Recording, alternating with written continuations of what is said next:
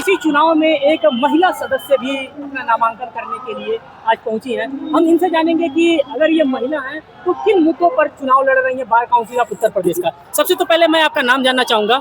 मेरा नाम एडवोकेट हरजीत अरोड़ा है, सिविल कोर्ट आगरा से। अच्छा, तो मैं आपसे ये जानना चाहूंगा कि आपका इस बार का मैनिफेस्टो क्या है, किन मुद्दों पे आप bar council of Uttar Pradesh का चुनाव लड़ रही हैं? देखिए, सबसे पहले अधिवक्ताओं की जो समस्या है वो है अधिवक्ताओं के बीमा की समस्या। अधिवक्ताओं के लिए कैशलेस बीमा होना चाहिए जिससे कि अधिवक्ता अपना ट्रीटमेंट करा सके। बिल्कुल। दूसरा, एडवोकेट प्रोटेक्शन एक्ट, जिसके लिए हम कई सालों से संघर्ष कर रहे हैं। एडवोकेट प्रोटेक्शन एक्ट लागू नहीं हुआ। अगर मैं सदस्य बनती हूँ तो सबसे पहले मेरा मैनिफेस्टो में रहेगा एडवोकेट प्रोटेक्शन एक्ट लागू कराना। दूसरा, किसी भी अधिवक्ता को अगर समस्या होती है तो मेरा फोन 24 घंटे अवेलेबल रहेगा। सबसे पहला मेरा मैनिफेस्टो मेरा फोन ही है। अच्छा। कोई भी मुझे संपर्क करे, किसी को किसी भी तरीके की समस्या हो, मुझे डायरेक्टली फोन कर सकते हैं। चौथा, हमारे जो सीनियर अधिवक्ता हैं उनके लिए पेंशन के लिए व्यवस्था होनी चाहिए जिससे कि वो अपना पूरा जीवन यापन कर सके। वो अपना पूरा जीवन प्रैक्टिस में निकाल देते हैं, लेकिन जब लास्ट का मूवमेंट आता है तब उनको कोई भी बेनिफिट परिवार की तरफ से भी, बार काउंसिल की तरफ से भी नहीं मिल पाता। बिल्कुल। और मैं आपसे ये भी जानना चाहूंगा कि आपने सीनियर एडवोकेट्स के लिए कह दिया, युवा अधिवक्ताओं के लिए एक बार कहा गया था bar council of Uttar Pradesh के द्वारा ही कि 5,000 रुपए का एक स्टाइपेंड दिया जाएगा। आपके भी साथ, आपके समर्थन में तमाम युवा अधिवक्ता यहाँ पे मौजूद हैं। इन युवाओं के लिए 5,000 रुपए का अगर आप मेंबर बन जाती हैं तो क्या वो व्यवस्था लागू करवाएंगी?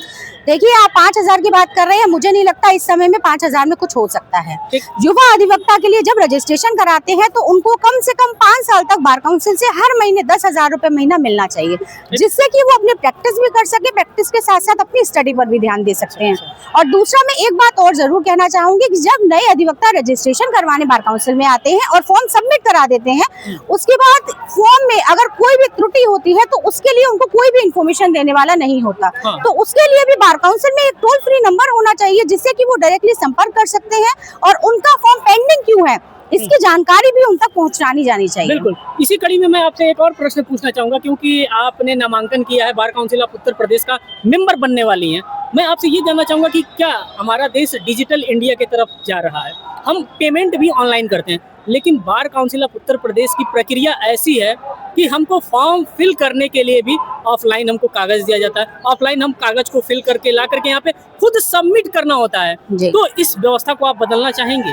देखिए, ये व्यवस्था ऑनलाइन होनी चाहिए। मैं तो कहती हूँ रजिस्ट्रेशन और सीओपी जो है उनकी व्यवस्था भी पूरी ऑनलाइन होनी चाहिए, जिससे कि जो दूर के अधिवक्ता हैं वो यहाँ आके फॉर्म जमा कराने के लिए, केवल देखिए किसी को रजिस्ट्रेशन फॉर्म जमा कराना है, वो भी कितनी दूर से यहाँ आके फॉर्म जमा करा रहे हैं।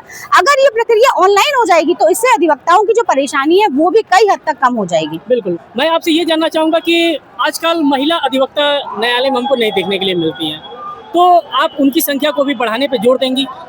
देखिए, महिला अधिवक्ता आप भी जानते हैं कि प्रैक्टिस में आना बहुत जरूरी है और महिलाओं के लिए बहुत सी प्रॉब्लम होती है, लोकल इश्यूज बहुत से होते हैं, जैसे कि एक रूम भी होना चाहिए जिससे कि वो आपस में बातचीत कर सके। बहुत सी प्राइवेसी भी होनी चाहिए जो कैंपस में नहीं मिल पाती सब जगह। जैसा कि मैंने पूरे यूपी में भ्रमण किया है, मैंने ये चीज देखी है कि कितनी समस्या आती है। तो उसके लिए भी मैं पूरी व्यवस्था करूंगी जितना मुझसे हो सकता है। महिला अधिवक्ताओं के लिए, अपने जेंट्स अधिवक्ताओं के लिए, जितने भी मेरे अधिवक्ता साथी हैं उनके लिए सब कुछ करने की पूरी कोशिश करूंगी। एक मौका मुझे जरूर दें।